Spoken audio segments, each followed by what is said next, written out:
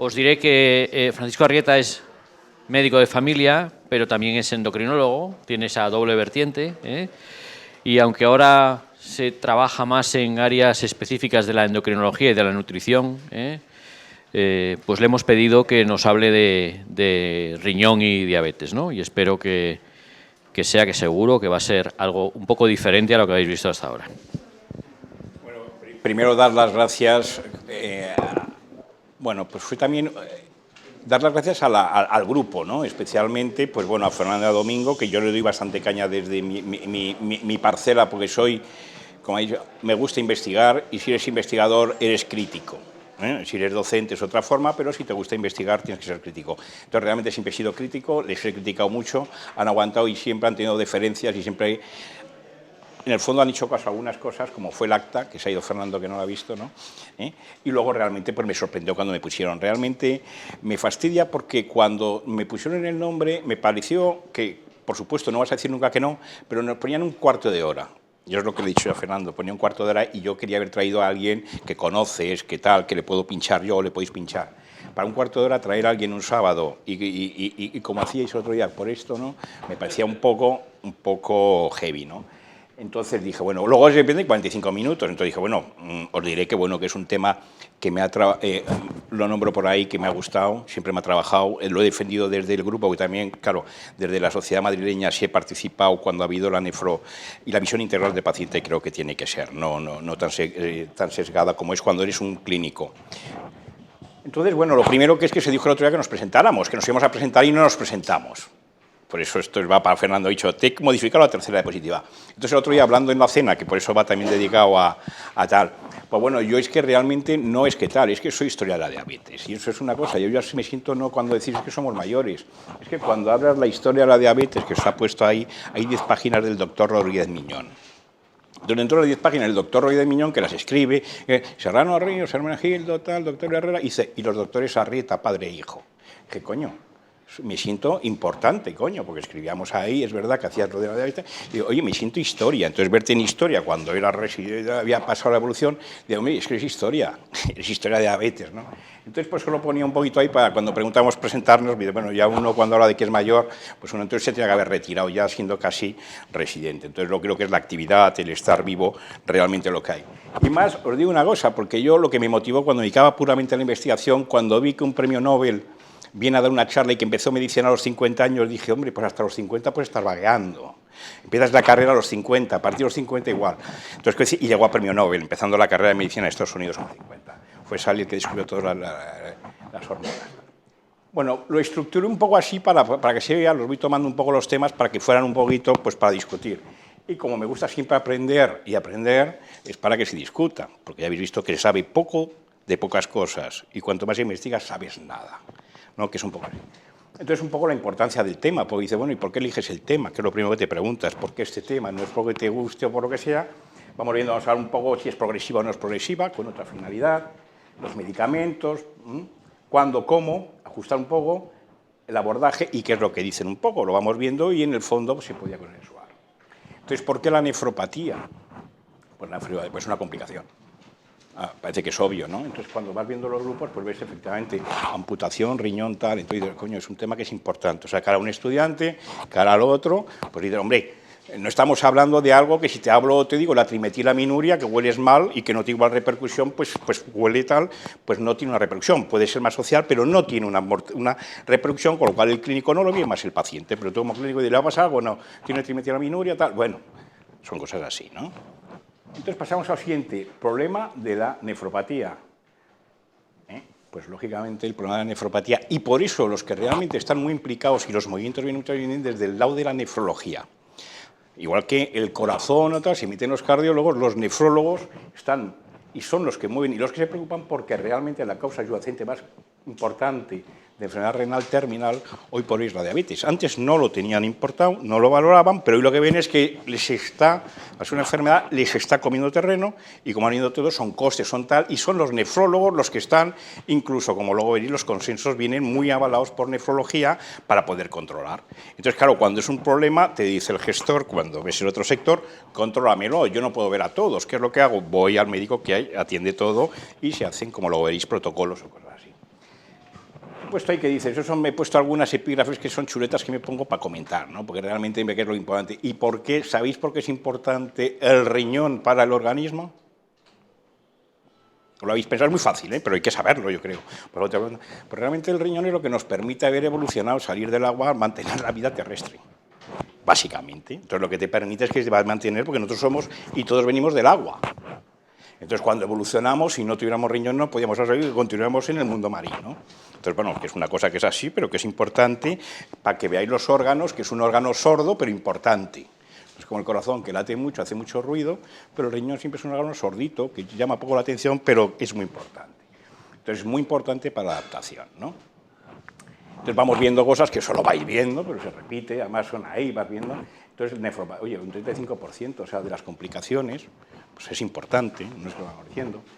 Pero es que además, como pongo ahí, es importante no solamente por la complicación, pero si una complicación no me lleva a nada, pues bueno, pues se sabe, pero es que tiene mortalidad. Vais viendo, entonces claro, tienes una mortalidad cardíaca, pero también la mortalidad renal. Entonces, cuando habéis tenido enfermos renales, veis además cómo ha evolucionado la medicina, pero cuando uno ha estado más así, el enfermo renal, cuando no había y no entraban por edad a diálisis, tú veías que te ingresaban insuficiencia cardíaca, le desmeabas, pero en cuanto retirabas tal, y morían en edema agudo de pulmón. Porque una señora mayor y era un poco pues, desagradable, lo ibas viendo la importancia, decías hasta dónde he llegado, no podía y no tenía salida. Entonces es un mecanismo que veías a nivel hospitalario. Aquí veis viendo la evolución de las complicaciones, cómo van, ¿no? Evolución, cómo se va viendo. Y luego es un problema social. Entonces vas viendo el conjunto, alto, mortalidad y problema social por lo que vais viendo. Es el aumento de la población de pacientes, el coste médico, el coste de diálisis se va incrementando y se incrementará. Con lo cual, yo creo que es un tema importante y por eso se va eligiendo y por eso se viene a ver aquí y por eso hay que ver qué se puede hacer o qué no se puede. Entonces, el primer problema ya lo veis a todo tipo de nivel, ¿no? Entonces, claro, lo que pregunto aquí es progresivo, o sea, lo que tú preguntas cuando la enfermedad, a mí lo que me interesa es si es progresivo es porque se puede hacer algo, si no puede hacer nada, es lo que dice. Pues el otro día había un paciente que tiene un cuadro vírico, pues que el tío llega, parada cardiorrespiratoria en la casa, le llevan, tiene un fallo ahí multiorgánico, que lo lleva el SAMUR, es agudo, un señor que le ha pasado, que es un cuadro vírico, miocardiopatía, eso se va a resolver, se va a morir o va a salir de la UBI, pero es una cosa aguda. No se puede prevenir, un tío que estaba normal. Esto, sin embargo, dices, bueno, ¿qué va pasando? Entonces, si es progresivo, podemos igual actuar. Entonces, lógicamente, la función renal, como vais viendo, puedes ir siguiendo un poco y puedes ir actuando. Entonces, dices, bueno, pues en teoría es una enfermedad que puede actuar. Y vais viendo cómo a lo largo de la evolución va apareciendo, se desarrolla, aparece microalbuminuria, y luego te lleva a lo largo de los años a una enfermedad renal. Otros esquemas más o menos bonitos, que vas viendo cómo el filtrado, cómo va la albuminuria, cómo se deteriora el filtrado glomerular, cuando sube la proteína, cuando sube la albuminuria. Son datos que tenemos clínicos, que vais viendo y que lo vais viendo. Entonces, ¿por qué pido yo la albúmina? ¿Por qué la pido, la dejo de pedir? Pues bueno, es importante igual ir siguiendo porque te puedes definir la evolución del paciente, que lo vamos viendo. Lo que es importante también pongo aquí definiciones, que hay que tener como claras, ¿no? Es decir, bueno, pues cuando hablamos, bueno, tiene nefropatía, ¿qué es lo que hablamos? Porque si no, pasa como todo, o sea, si no, no sabemos de qué hablamos. Entonces, ¿qué se define como enfermedad renal crónica? Se define cuando la presencia de al menos 3 meses de daño renal o filtrado glomerular. Por cierto, que vi el tipo de las preguntas y yo creo que las tengo ahí más o menos apañadas, ¿me entiendes? Más o menos con alguna. Entonces, bueno, vas viendo menos de 60 o lesión renal estructural o funcional. Lo que vais viendo en una prueba de imagen que puede provocar potencialmente un descenso del filtrado glomerular. Es lo que se define como enfermedad renal crónica. La diabetes es una enfermedad renal crónica porque va a llevar a esto.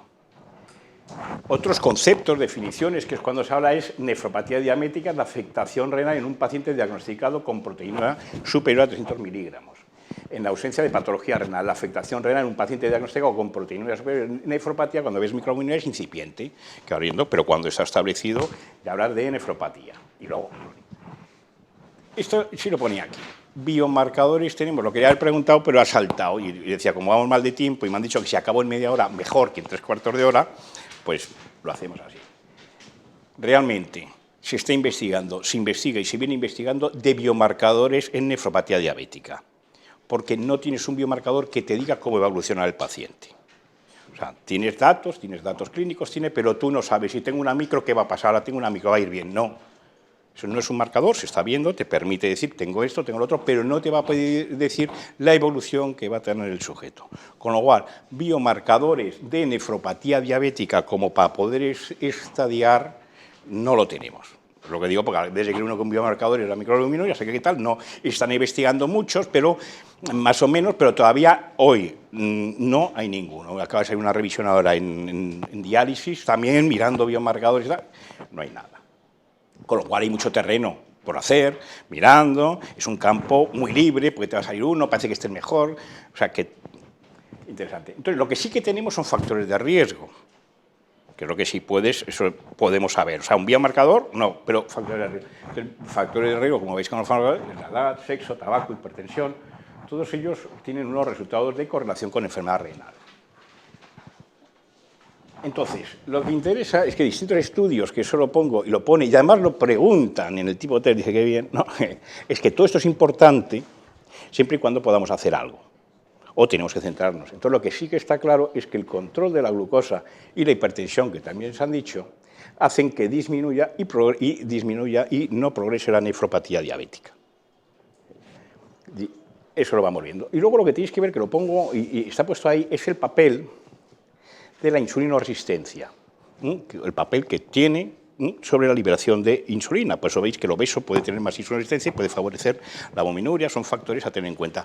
Si metéis insulina, puede favorecer, son factores que tenéis que tener en cuenta que se sabe que se va teniendo ahí. Esto es para ir viendo que lo que interesa es la evolución de la evolución según los niveles de hemoglobina glicosilada.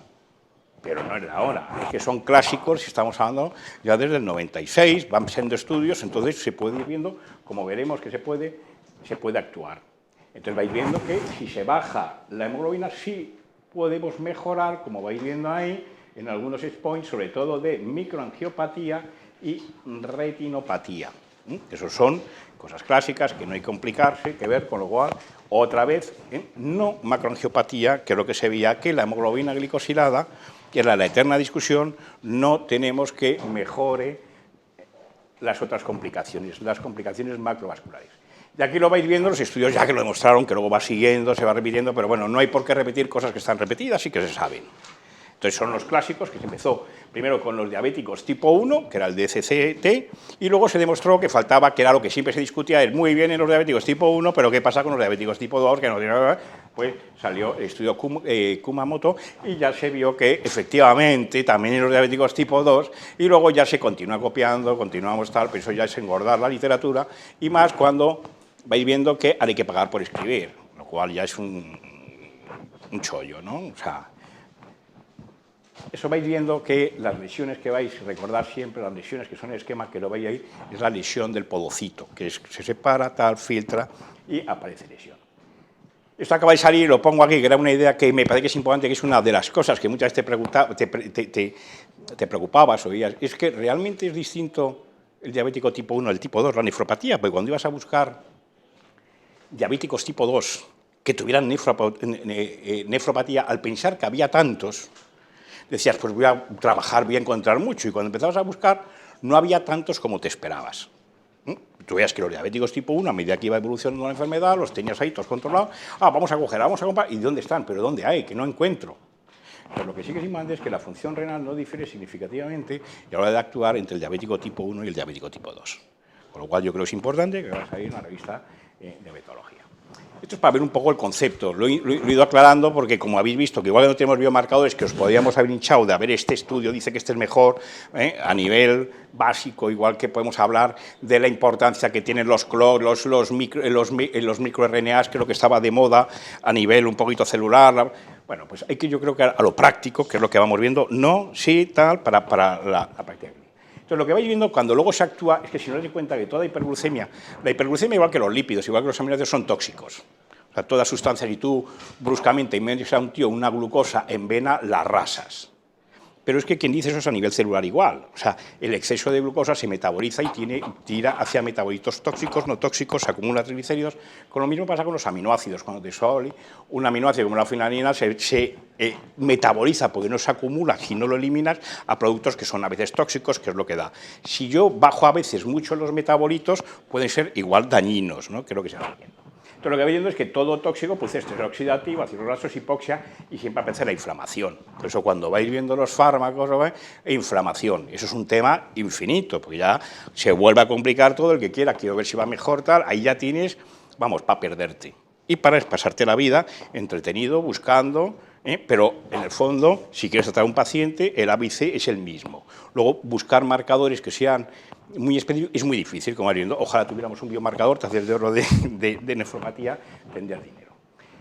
Avanzando, el diagnóstico o clasificación, pues bueno, aquí lo que vais viendo es un esquema, pues bastante lo de la microalbuminuria, se va viendo, hay que repetirla, si la tiene, si no la tiene, es una vez que lo diagnosticas, pues bueno, seguir un seguimiento de tratamiento, ¿no?, que lo iremos viendo. Entonces, lo que interesa es, esto lo he puesto, que además lo preguntan en las estas, ¿no? Entonces, esta es muy facilita, que la cogí ahí, es muy facilita, que es este viaje que tienes que saber un mínimo, es decir, pues oye, hay gente, como bien habéis dicho, pues yo cuando estaba en primaria y trabajaba, y hablabais muy bien de los psicofármacos, a mí me pasa igual, a mí el EPOC me interesaba pues para salir del bache, pero preguntaba, oye, mira, ¿tú quieres darme a qué le pongo tal? Pero hay temas que te especializas más, no puedes saber de todo, o si es un tema como era bioético-social, a mí me gusta, pues te pierdes, ¿no? Voy a ver la de la adherencia, que es muy interesante, pues te pierdes. Entonces yo soy más pragmático, en ese sentido estoy deformado, entonces prefiero que si voy a asistir tenerlo muy clarito. Entonces con estos niveles veis cómo se clasifica. Que lo complicas, ahí se ve mal, esta es una pena. Bueno, ahí lo vas viendo que ya entra un poquito más fino, que es cómo se trabaja cuando ya haces consenso, que es el consenso que hace con los nefrólogos la Sociedad Madrileña de Medicina Familiar y Comunitaria, en el cual tuve la suerte de participar en el primero en el grupo, porque además era un tema que me atraía, fui a verlo allí, yo me centraba dentro de que el consenso del crónico en el campo de la diabetes, pero era todos un poquito cuando derivas. Pues vais viendo que ahí ya se afina un poco más, porque si no os dais cuenta, en el estudio que nos ha presentado Fernando, la crítica que algunos preguntaban, que lo preguntaban en Barcelona, es, bueno, y dentro del grupo 3, ¿quién está en el grupo 3A, 3B? Porque a mí sí me puede interesar, no está dicho, te los meten en la clasificación fácil y así yo aumento la significancia estadística en el tema de tal y en más caro. Que me para un resultado positivo, porque eso ya, los resultados podéis favorecerlo, no quiere decir que son malos, pues son malos, pero que si vas preguntando por temas más finos, empiezas a bajar igual la finura o lo espectacular del hecho decae. Entonces vais viendo aquí que vais viendo el riesgo, eso te va permitiendo un poco el riesgo de, como vas viendo al final, para luego saber, que lo voy poniendo aquí, cómo hacemos nosotros, para derivar a un sujeto. Es decir, que es importante saber cuándo debe de derivar, es decir, debo de derivar, no derivar, eso está consensuado. Entonces, en cualquier influencia renal, poniéndolo el diabético, pues vais viendo que lo ponía, pues bueno, que hay que repetir el filtrado, cuándo es el filtrado, cómo se va viendo. Son temas muy facilitos y, según la clasificación, se consideran los estadios teta, pues dependiendo de la edad del sujeto, se hace con lo vamos viendo. ¿Vale? Y eso el que tenga interés, bueno, se le puede dar, pero que está en la página nuestra. Entonces, lo que es importante es, una vez que tienes el diagnóstico del paciente, que ya le hemos visto, tiene una insuficiencia renal, no la tiene, si la tiene, pues hay que valorar al sujeto. Entonces, dentro de todo este magma que hay aquí, pues, hombre, yo he puesto algunas que son puestas, que me parece que son realmente importantes, ¿no? Que es decir, que está puesto, hombre, yo creo que si nos metemos en la nefropatía diabética, que además me gustó mucho en las primeras jornadas cuando se habló de hipertensión, que hablabais del MAPA, del AMPA, de la dosis nocturna, creo que fue muy positivo y eso se había de luchar porque es un tema muy importante. Como yo creo que, no sé si lo pongo por ahí perdido, que también se habló, pero se habla, se olvida y se pasa a otro tema, que ahora venimos a este y no se piensan cosas importantes. Entonces, lo que se decía, por ejemplo, es a la hora de tratar, si tienes que meter un fármaco para la tensión, meterlo por la noche. ¿Entiendes? Lo que diga, si va a fallar, que cubrir la noche. Que es lo que se comentó, no se dice, pero son temas que son realmente importantes de adherencia, como comentábamos el otro día, de adherencia, de oye, si vamos a hacer o tengo que dar, pero si a dar dos, eso era importante. Tomar la tensión por la noche, por eso sí lo pongo ahí. Y un tema en el cual escribí, que por eso también lo pone aquí, es un tema en el cual está muy poco trabajado en el sentido que los médicos no lo saben, y es un tema que, os lo digo porque en ese estoy yo deformado y llevo tiempo trabajando, es el tema que, si no os dais cuenta, en laboratorio pongo fólico, B12 y homocisteína. ¿Por qué? Porque es un factor de alto riesgo cardiovascular. Entonces, y no he puesto la LPA porque esa me parece que esa la pido yo, que es más casera, todavía no puedes actuar sobre ella porque no tenemos tratamiento. Pero la homocisteína sí tienes tratamiento, que depende de la vitamina B12, que lo pusimos cuando escribimos el trabajo en el New, de la metformina. Si estáis trabajando con metformina, estáis modificando ese factor de riesgo y estáis llevando a un sujeto que le suba la homocisteína, porque metabólicamente, para que tengáis un poco la idea, es la metionina, pasa a homocisteína, y la homocisteína es la que se da origen a la taurina, que es un aminoácido no esencial, pero que se convierte en esencial, que es cisteína y luego pasa a taurina, o sea, que son los sulforados. Cuando hay un exceso, como es muy importante, metabólicamente lo que ocurre es que la homocisteína, cuando sobra un poco, se remetila y pasa otra vez a metionina.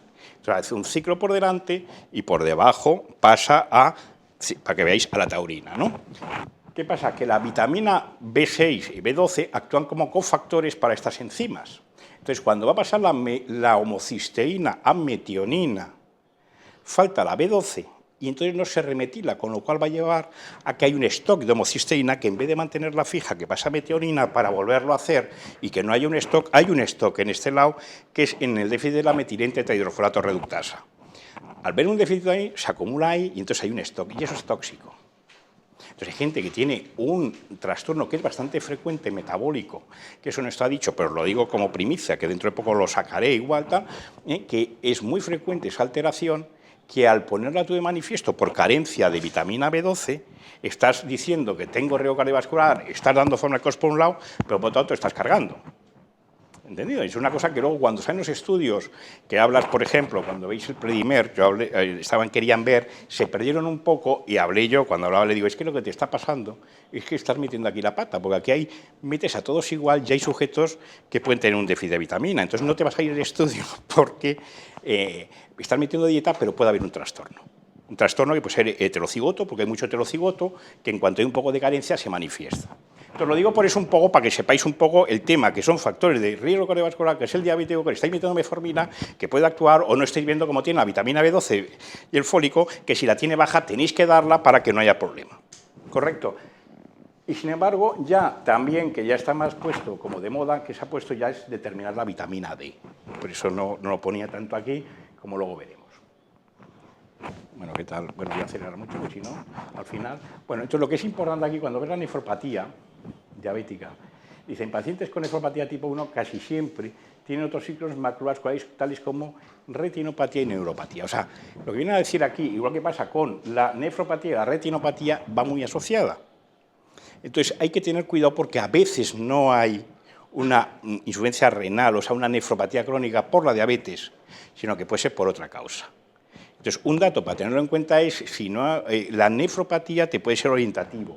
Otros datos es, como veremos aquí, un sujeto que evoluciona rápido. Estos son datos para pensar cuando hay una proteína muy elevada, cuando es muy rápido, cuando el filtrado glomerular, cuando tiene síntomas y signos de otra enfermedad. O sea, no porque tenga diabetes, automáticamente hay que pensar que es una nefropatía diabética. Entonces... Eso ya nos queda un claro de sí, hay que pensar, pero no diabetes, proteinuria, pensar, hay que también pensar que hay un tanto por ciento importante de sujetos que pueden tener otra enfermedad. Eso es para recordar un poco las causas, pues habrá que actuar, son muchos mecanismos que cuando ves un poco de diabetes, como luego lo pongo, ahí pues depende de muchos factores que luego podemos actuar. Por eso cuando actúas con uno, dices, si me falta la glucosa, porque si me falta la insulina, porque me he gastado el páncreas, aunque no tengo una diabetes tipo 1, porque no tengo anticuerpos y tal, pues hombre, igual hay que pensar en favorecer, subir el nivel, o igual tienes que llevarlo antes, no por hacer una cosa. Entonces yo creo que la fisiología siempre hay que tenerla presente a la hora de actuar. Con lo cual luego cuando metes el fármaco, sabes dónde va a actuar fundamentalmente. Pues, por ejemplo, dices, tengo la glucosa basal elevada, pues vete a nivel hepático, metformina va muy bien porque te bloquea la formación hepática nocturna, que es la neoglucogénesis que se hace porque tienen ese trastorno. Entonces tú metes ahí, no pensar cuando se decía ya indirectamente a todos, oye, no es a todos lo que te dicen, todos lo que te dice el que no tiene interés, pero el que sabe debe seleccionar. Entonces, si yo no sé, yo te digo, mira, yo no tengo ni idea. ¿Cuál es el primero? Pues con una prueba muy alta, mete metformina, que es lo que dice todo el mundo, y está todo de acuerdo, y no hacer daño, y va bien, va bien. Eso es ver. Entonces, lo que vas jugando es diciendo, este es bueno, este es malo. También os digo una cosa, porque eso lo veis, y hay un tema que a mí me parece que es importante. Cuanto más información es más poder, pero también es más crítico. Porque yo me acuerdo, que eso hubo gente aquí, cuando se presenta la rosilitazona y se hace el boom, como habéis contado, ¿qué tal? Había salido un trabajo que muy poca gente lo ha leído, y lo leyó, y no lo ha leído ni lo ha asimilado, justamente que era un estudio en ratas, que no se me olvidará porque lo dije, anda, si he leído esto, pero decía, oye, es buenísimo, va a curar la diabetes, oye, yo he visto que aquí en ratas destroza el osteoblasto. Y venía un estudio de ratas que te ponía cómo metían la rosilitazona y no había, se alteraba los huesos, no había nada, tal. Entonces decía, oye, cuidado, que estos sujetos en el hombre... Entonces a mí, indirectamente, yo desde el principio empecé a seguir el hueso, porque era un tema metabólicamente, es que lo destrozaba, es que no había síntesis, es que no tenía su osteocalcina, que luego se ha visto. Y ojo con otros fármacos, no efecto de clase tan potente, pero hay que tener cuidado, que cuando metes un fármaco hay más efectos.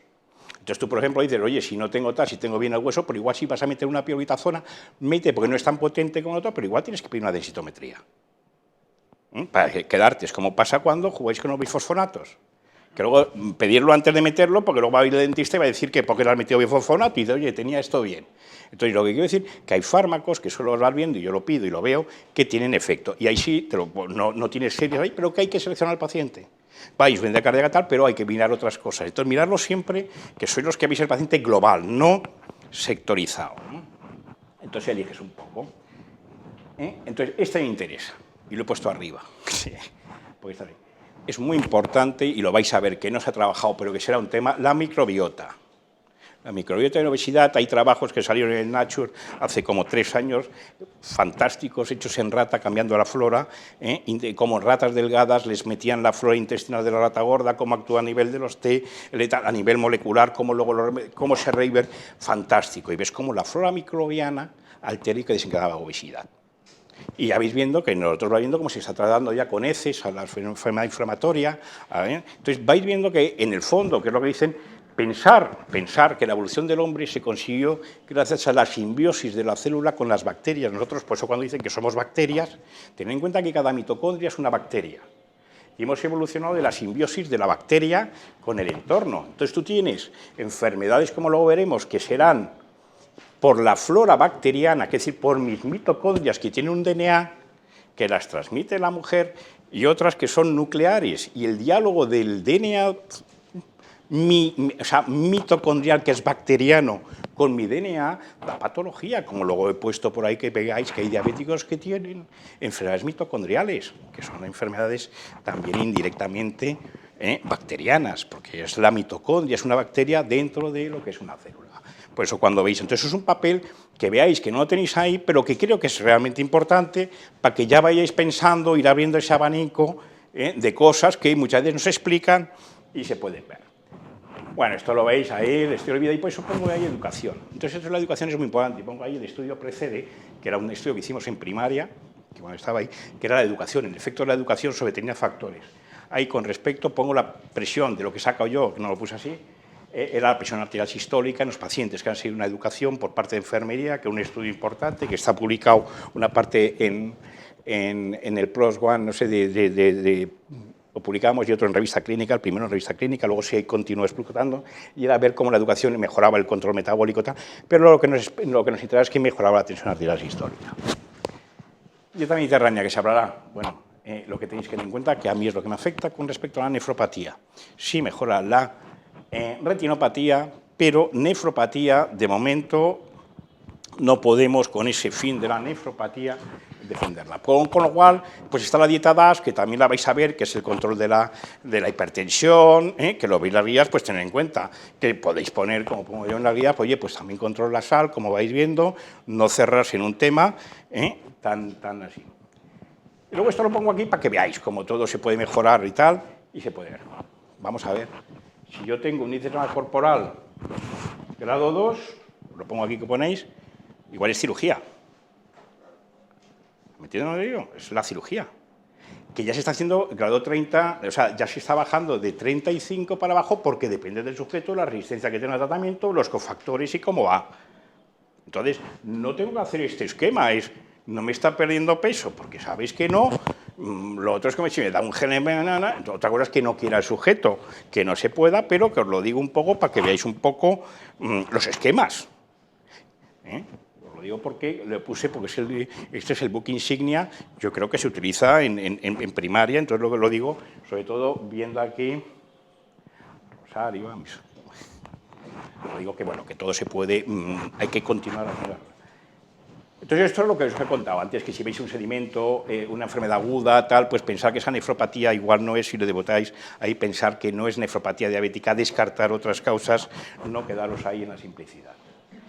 Bueno, vais viendo un poquito aquí lo que se va haciendo, que lo preguntaban aquí, según protocolo, pues cuando hay que hacer creatinina, el fármaco, como vais viendo ahí, y ECA o ARA2. O sea, esto es como la metformina y lo otro. Bueno, esto voy a pasarlo porque eran sugerencias también, ¿no? Que realmente lo importante en la nefropatía es controlar la tensión, monitorizar la presión arterial, si se puede, cuanto mejor, preferentemente IECAS o ARA2. Si la hipertensión es histórico, valorar el bloqueante de calcio. Si hay influencia renal moderada, igual, la anemia, estar controlando la anemia, que es importante para ver, porque estos sujetos diabéticos mejoran mucho con el EPO, o sea, que no dejarlo ahí, que se vaya, mejora la calidad de vida. Y luego, pues bueno, veis la importancia del calcio-fósforo, que pasas cuando ya falla a los quelantes, y luego a veces hacen un hiperpara secundario, que lo podéis ver, que es gente mayor igual, y realmente responden muy bien si no hay una cirugía, porque no son candidatos a la cirugía, esto es medicación hospitalaria, que es el Cinacet, no, que es el Mimpar, que son de 30, le pones, ves cómo te va bajando, y realmente te baja a los 15 días, ya le tienes igual, pues igual le tenías en 12 y pico, y en 15 días le tienes a la señora en 10,4. Lo que pasa es que son fármacos caros, o sea, está yéndote que una dosis igual de 30 son 100 y pico euros, si te vas al de 60 que requiere son 300 euros. Lo digo un poco, pero bueno, que si no es quirúrgico no vas a dejarla que el calcio continúe. Vais viendo los diuréticos para alcanzar la presión, o sea, ir añadiendo después el diurético, como vais viendo, sobrecarga. Y esto, si lo pongo ahí, os he puesto ahí, por si no lo decía y se me he callado, lo que estabais hablando, ¿no? La charla anterior. Hombre, el efecto que tiene el diurético no ha disminuido la mortalidad. Y, sin embargo, estos nuevos fármacos sí disminuyeron la mortalidad, con lo cual tienen algo más. Hay que buscar algo. No me lo justifica, como decíamos, por pérdida de volumen, porque el diurético pierde volumen. Y luego hay otra cosa que te mosquea, que sí se ha comentado a veces, es que es muy corto, ¿eh? Es que la mejoría... Fernando, ¿cuándo se notaba la mejoría de estos fármacos? Entonces, quiero decir, es que es tan rápida la mejoría que no es que estemos esperando como los estudios que vamos. Con lo cual, lo que hay que ser es cautos. Ver que, porque lo que quiere decir que esto es el riñón, intuyo, y que va igual por el sistema renina. Es decir, porque está actuando sobre el corazón, que vas viendo, tiene que tener un juego ahí que sea rápido, pero no me vale el diurético, porque no me pierde volumen.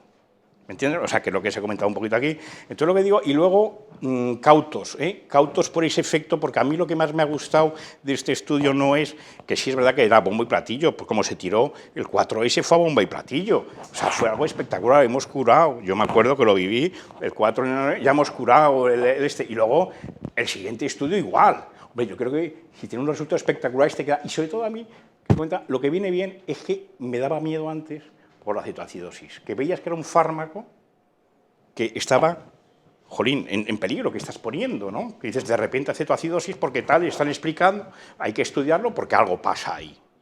Y claro, ves de que de repente hemos pasado de que era un fármaco que había que escribir, de que casi iba a salir, que se iba a quitar, a pasar a primera línea. Entonces yo creo que hay que ser cautos, decir, hombre, me da tranquilidad de que eligiéndolo bien, pero igual tengo que ser cauto a un sujeto que le ponga este fármaco, tengo que estar pendiente de él porque como empiece con vómitos, con cuadros, hay que verlo rápido aunque tenga una glucosa de 200. Pedir cuerpos cetónicos, no vaya a ser que le esté sentando mal, que eso no lo sabes a quién puede ir bien y a quién no mal. Entonces lo único que digo es que si se va a manejar, que se maneja, ¿qué tal? Es bueno porque lo puedes manejar, no se ha retirado. Pero que yo sería cauto a la hora de darlo porque el mínimo síntoma o algo, estar muy pendiente de descartar que no me haga una cetoacidosis, porque no es que al principio se decía, es que estaban mal seleccionados, pero empezaron a ver más y ya empezó, ojo, que ya igual no están tan mal seleccionados. Entonces lo que quiero decir que cuando se siembra, que luego viene el efecto clásico, que es cuando se ve realmente cómo funciona un fármaco, es cuando ya salta las barreras y se populariza, pero es cuando van los problemas. Entonces yo creo que el que lo maneja, que luego es un fármaco que es bueno, se puede convertir en malo porque no está bien seleccionado, porque no está bien controlado. ¿Vale? Bueno, vamos a quitar esto que es así. Esto, bueno, tratamiento hipertensivo. Es que lo sabéis perfectamente, el UKS. Recordar el efecto J, que por eso es lo que siempre decía, que por eso cuando vas a decir hasta dónde bajo, que se pregunta en el tipo T, es un poco... ahí yo no he puesto preguntas, o sea, que eso... pues lo digo, hay que tener cuidado, por eso hay que verlo, porque muchas curvas biológicas tienen el J, porque son parabólicas, entonces dices, claro, si tiene nefropatía, ¿cómo vamos? Pues entonces, claro, pero es que ahí no dices nada, dices, Manolo, pero Manolo, ¿cómo le tengo? ¿Me entiendes? No te digo. Entonces, lo único que sabes seguro es que tiene que estar por debajo de tal. Ahora, si tiene igual un y está, pues igual hay que bajarle, ¿me entiendes? Que es lo que vais viendo, pues eso, lo del consenso igual, que lo vais viendo, si tiene la hemoglobina, si tiene nefropatía, y vais viendo los pacientes con enfermedad renal, proteinuria, la presión sistólica y la diastólica, pues puedes estar salvado. Eso es lo que dicen los nefrólogos, ¿entiendes? O sea, lo que hay que hacer es no iatrogenia, y por eso sí dice los nefrólogos, dice el otro, se va viendo. Ahí vais viendo cómo se afecta. Entonces, esto lo ponía arriba para que veáis cómo era una vieja gloria también de la nefropatía.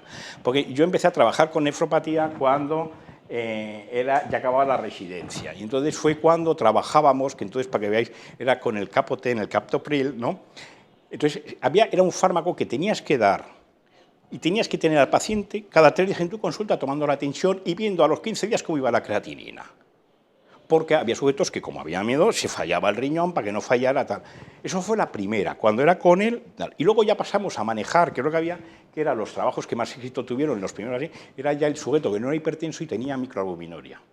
Ya los trabajos más interesantes en el cual estuvimos, que fuimos a Alemania, son trabajos que trabajamos bien, ¿no? Entonces veías que efectivamente que no bajaba la tensión y mejoraba, entonces te daba miedo, porque decías, bueno, ¿cómo voy a meter un antihipertensivo? Entonces con lo cual te das cuenta que muchos de los fármacos actúan y no se sabe cómo actúa, porque también mejoran la acción de la insulina, disminuyen la insulinoresistencia. ¿Cómo? Bueno, como no interesa no se investiga, pero se veía que cuando estaba tan importante que también mejoraba la insulinoresistencia. Otros mejoraban, como eran los antihipertensivos, sí bajaba la tensión, sabías que mejoraba por presión la albuminuria, pero no mejoraba la insulina, que es lo que veías, que era lo que producían los IECA, pues te gustaba el IECA porque disminuía la insulinoresistencia.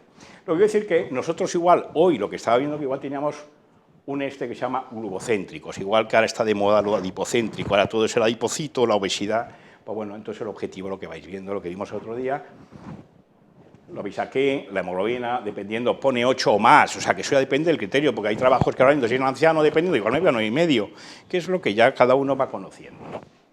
Ahí vais viendo los diferentes grupos de fármacos, como vais viendo, lo pongo en uno porque a mí, lo que no os dais cuenta ahí es que las glinidas, ¿qué son las glinidas?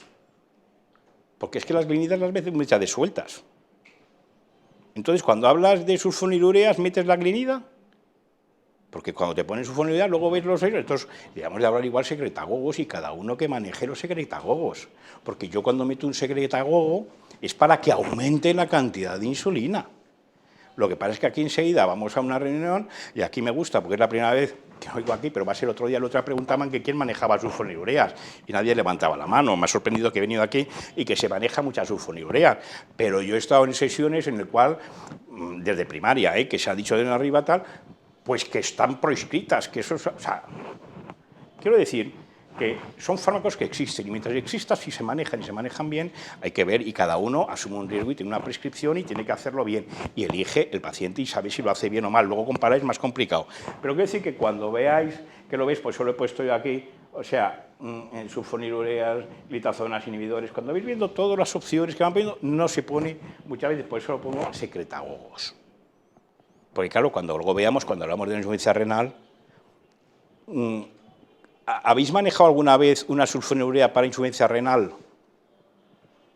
Porque entonces había una. Que lo que pasa es que te decían que tenía la misma, era el Glubenor, que tenía la misma potencia, que el Caldaunil, y luego o sea, la potencia era nula, porque cuando la hacías es que no valía para nada, o sea que tú cuando la probabas decías, joder, ¿por qué? Porque no quiero insulina, no había, vale. Entonces te das cuenta que sí lo había, pero no funcionaba. Por eso luego a veces metías el que menos te dejaba, que eran las glicacidas, porque tenías más ahí, no tenías, jugabas y tal.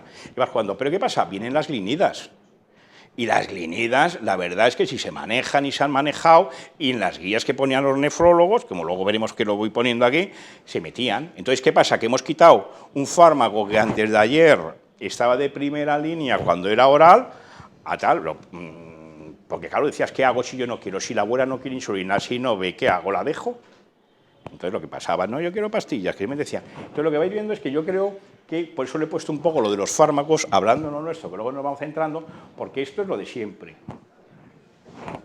Vais viendo que se va cambiando, se va ampliando. Lo que decís, ¿va a cambiar las guías? Pues hombre, lo que yo no sé es si está de segunda opción, hay gente que se postula, pero claro, es muy difícil porque hay muchos componentes, muchas cosas, porque realmente cuando manejas estos fármacos, igual que al principio sí veías que había micosis, y si, igual el varón no te lo decía, pero si tú le preguntabas, te decía, sí, es verdad, me he dado cuenta que lo tengo más rojo. Ah, claro, tal. Entonces lo que vas descubriendo cuando lo vas viendo es que se adapta. Porque claro, no os dais cuenta que esta enfermedad muchas veces venía, endocrino, cuando yo era residente, te venían para descartar diabetes. Y eran gente que tiene un transportador, que eso es un transporte, es una enfermedad hereditaria, es una enfermedad rara, que se transmite, que tienen una atracción del transportador del GLT2, y entonces lo que te venía era por glucosuria. Pero ¿qué pasaba? Tú llegabas, glucosuria, como eran muchas proteínas reactivas, diabetes. Y claro, tú decías, bueno, entonces ¿qué hacíamos entonces? Tú tienes que descartar sobrecarga de glucosa, normal. Pum, ya sabemos lo que era, no es diabético, tiene glucosuria, tiene una alteración del transporte, que hoy lo puedes estudiar genéticamente, porque ya se sabe la alteración donde está, pero es que tú no hacías nada, decías, no pasa nada, no le va a pasar nada y ya está. Si queremos saber los efectos secundarios que puedes tener tal, se ve porque hay familias que tienen este trastorno y no pasaba nada, no te ponían en los libros que había que seguirlos, porque lo que se hacía es que descartaba diabetes, que viviera feliz, que no le pasaba nada. Entonces, lo que quiero decir, bueno, que los fármacos los vas a ir jugando. Entonces, cuando vas viendo es que al principio parece, ¿no?, y vas viendo la respuesta. Pues oye, igual no orinan tanto, porque cuando lo das dices, si tienes glucosuria va a estar todo el día en el baño. Pues luego ves que sí aumentan más, pero no van tantas veces. Entonces es un mecanismo fisiológico, igual que va desapareciendo la candidiasis, que tampoco lo tienen los pacientes, te das cuenta que el organismo muchas veces se acaba adaptando a estas situaciones. Es lo que deduce uno cuando lo vas viendo, pero cuando tú te posturas, vas viendo. Bueno, pues vais viendo que los gráficos vas poniendo y luego ya, como veremos. Aquí lo que vais viendo es la importancia, ¿no?, la metformina, primer tratamiento, pero que en la insuficiencia renal hay que ver hasta dónde podéis meterlo. Entonces ya veis que menos de 30 mililitros no está indicada. Y ya riesgo y ajustar dosis por encima de 30-45, se recomienda reducir al 50%. Eso lo mismo muchas veces no se da cuenta, la gente no pide, están ahí y hay que estar un poco pendiente. Aquí lo veis, la repaglidina, que era la opción que se daba, luego tenéis gliptinas y luego pioglitazonas. Entonces vais viendo que dependiendo del tipo de gliptina, o sea que realmente ahora sí hay fármacos que se pueden utilizar, lo cual es bueno cuando uno maneja el que puedas, ante un paciente mayor, un paciente que no tal, tienes terapia, cosa que antes no tenías nada. Entonces, a medida que va pasando el tiempo, oye, pues ya te vas, que es lo que hay que agradecer, que el paciente tiene una terapia que la podéis utilizar siempre. Yo no pongo nombre comercial, porque para eso tiene que trabajarlo uno, pero todos no son iguales. Entonces, unas hay que ajustar, otras no hay que ajustar, una puede ser mejor, una está a este nivel, pero para eso está el verlo y el saber la prescripción. Esto lo pongo, pues es un trabajo que hice yo lo hicimos en el 2011, y esto lo que vimos es que realmente, y esto lo he comparado con otros estudios, es cómo está la población diabética en objetivo, que era tensión, hemoglobina, tal. Y nos salía que en la Comunidad de Madrid, que es lo que estudiábamos, que eran 3.000 y pico, en el cual hay gente que ha participado tal y cual, era menos del 5, era un 4,5% la población que estaba dentro de objetivo. Entonces yo creo que la amplia mejora es grave, o sea, si vas separando. La diabetes es 60, lo otro tal, pero cuando juntas todo, era menos. Y cuando te pones a mirar los estudios que había, que luego ha salido algún estudio posterior, te viene a decir lo mismo, es menos del 10%. Entonces, lo que quiero decir que es que hay que abrir el abanico, lo que tenemos que luchar, pues eso me encantó la charla, que es lo que siempre he dicho, que hay que controlar no la glucosa, ver tal, sino es glucosa, más lípidos, más tensión, más obesidad, que la obesidad no lo metimos porque no entraba dentro del objetivo, pues si no estaría igual peor, pero lo que quiero decir es verlo. Entonces, realmente el tratamiento, como ponemos, sería modificar primero y siempre el estilo de vida y siempre estar pendiente de modificarlo y no olvidarlo porque es la piedra angular. Y se añadirán fármacos o cirugía o lo que haga falta dependiendo de cada paciente. Pero el tratamiento fundamental es, y siempre va a venir, porque aunque yo, por ejemplo, si me opero y me hacen una cirugía gástrica para curarme la enfermedad, eso ya sabéis que uno de los motivos que van mejor es el péptido C elevado, que eso se ve. Entonces, ¿qué quiere decir? Que si yo tengo mayor reserva y me opero, igual me curo la diabetes. No es que me curo, sino que la mantengo más. Si yo ya no tengo páncreas porque me lo he hecho, me opero y no va a mejorar. Eso cuando dice que curo la diabetes no se cura. Lo que quiere decir que si yo protejo como menos, manejo los estilos de vida y tengo más reserva, va mejor. Lo que vamos viendo en el siguiente es optimizar. Y luego también he puesto ahí educación diabetológica. O sea que el estilo de vida es dieta, ejercicio, educación diabetológica, porque tienes que seguirlo, que es educar, ver cómo va, y tabaquismo, siempre. El tipo de dieta lo he puesto ahí, que sea cardiosaludable, dieta mediterránea, dieta de AS, o sea, con mezclarlo y lo vais viendo, ¿no? Adipocéntricos, que es lo que digo, la obesidad, pues para uno la obesidad, si opero, desaparece la diabetes y la obesidad, como es un factor de hiperfiltrado, va a ser un problema de nefropatía, me va a favorecer la albuminuria. Controles glucémicos lo vais viendo, depende, lo que sabemos es que es importante, si sabemos que pero la nefropatía es importante. No tenemos marcadores, recordarlo, de complicaciones a largo plazo se tiene que ver. Lípidos, estatinas. Sabemos que hay que meter estatinas como prevención. Los triglicéridos cuando son mayor de 500. Pues sabéis que muchas veces hay dislipemia mixta, pero la dislipemia mixta en la insuficiencia renal no está indicado el meter los fibratos. Y cuidado con los fibratos cuando tienes un filtrado bajo por menos de 15, no se debe dar. Lo que digo es que es para prevenir la pancreatitis, porque hoy por hoy los triglicéridos fundamentalmente es riesgo de pancreatitis. Entonces, cuando son altos sí se mete, pero no estar ahí tranquilos con 200, 300, no hay que estar, sino controlar sí la estatina. Ojo, estatinas, que no me he puesto tal, no todas son iguales. Las hay que mejoran la acción de la insulina, otras que mejoran, otras tienen menos efecto a nivel de CPK. ¿Sabéis por qué las estatinas suben la CPK? Os lo digo para que lo sepáis, o sea, porque dice, ¿por qué? Yo puedo tener un trastorno de CPK o tener un pequeño trastorno. La CPK lo que te hace las estatinas es que bloquean la síntesis de colesterol. Y al bloquear la síntesis de colesterol bloquea el coenzima Q. La síntesis de coenzima Q. Y el coenzima Q es el que actúa a nivel mitocondrial para dar energía. Por eso muchas veces, por eso sube en el músculo y cuando haces ejercicio tiende a esa miopatía. Cuando el vapor que bloquea la síntesis de coenzima Q, de ubiquinona. Por eso veis que a veces cuando dan estos fármacos nuevos que dicen que son tal, meten mucho coenzima Q o meten ubiquinona, que es empíricamente para evitar ese bloqueo que tienes debido a enzimáticamente que lo haces cuando metes las estatinas. Por eso yo siempre que meto estatinas, bueno, venga, me han hecho la seña, que voy mal. Nada, lo mínimo los salicilatos lo sabéis, inmunizar, muchos temas, mucho consenso, que debéis de hacer consensos con las sociedades, aquí está puesto, consensos puestos. Luego, a la hora cómo hacer una pregunta, cuándo ponerlo, se recomienda en primaria, especializada cuando los haces, o son negocios que se pueden hacer entre especializada y primaria. Esto es, como veis, una forma de actuar en la insuficiencia renal crónica, dependiendo de la edad, dependiendo cómo tienen la proteinuria. Es lo que comentabais antes, no todos los fármacos son iguales.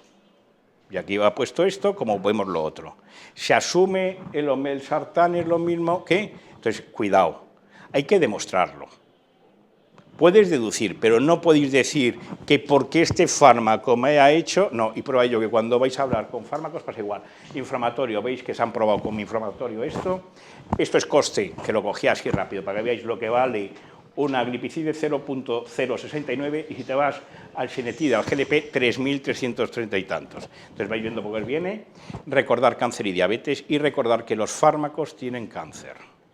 El único, por viendo, el que tenía un efecto protector que incluso se puede ver es la metformina, que se está utilizando. Pero la insulina es un growth factor, la pioglitazona ya sí la vejiga, el cáncer, los nuevos fármacos que sí. Entonces, estar siempre pendiente un poco. No olvidar las distintas diabetes que los clasificamos por hiperglucemia, no por patología. A todos los tratamos igual y son distintos pacientes.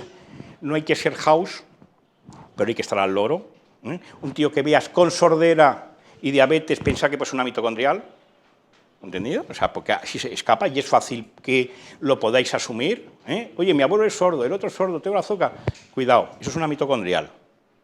¿Entendido? Y entonces ya veis la familia, lo veis, no es un MODI, es una mitocondrial que es igual que el MODI, que es otra cosa que vais viendo. Conclusiones. En un principio, el control metabólico de la tensión, el control metabólico y la tensión es fundamental para la evolución de la enfermedad renal, tanto en la diabetes tipo 1 como en la tipo 2. Desde el inicio de la diabetes, en la tipo 2 puede aparecer la nefropatía, como la diabetes tipo 1 sí se va. Es muy importante tener en cuenta la adherencia, que muchas veces es mala, por eso ponía ahí fármaco antihipertensivo por la noche, si hay que ponerlo.